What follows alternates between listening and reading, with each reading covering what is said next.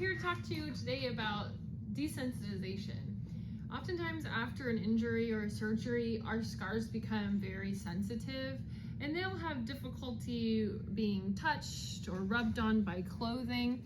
So you can do a process of desensitization by finding some objects that you already have in your household. So I put these in order, I graded them based on how soft they are. This is just a glasses cleaner. It's very silky. Then I went to a nice soft cotton ball, a tissue. This is a pretty cheap tissue. It's a little scratchier than your normal one. A paper towel, a piece of scrap Velcro, some scratchy gauze, and the hook side of Velcro. So you want to start with something that you tolerate. So that can be just your skin.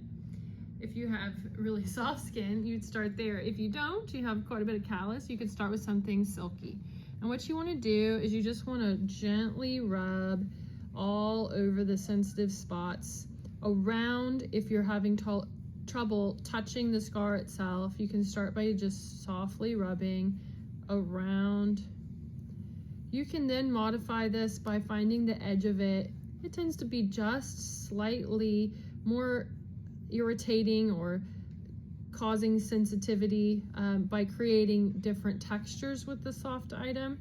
And once you can tolerate that and you're really able to touch it quite a bit using your soft item, then you can start to progress.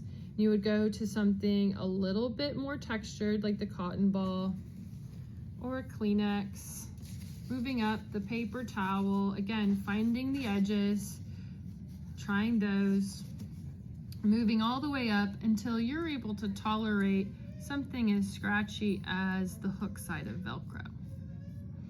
It's not going to be a fast process. You may spend days at a time working on the softest item, and it may take you weeks to get all the way here. But the idea is to gradually increase the ability to tolerate these activities so that when you are out in the wild and something touches you, it doesn't leave you feeling sick or painful.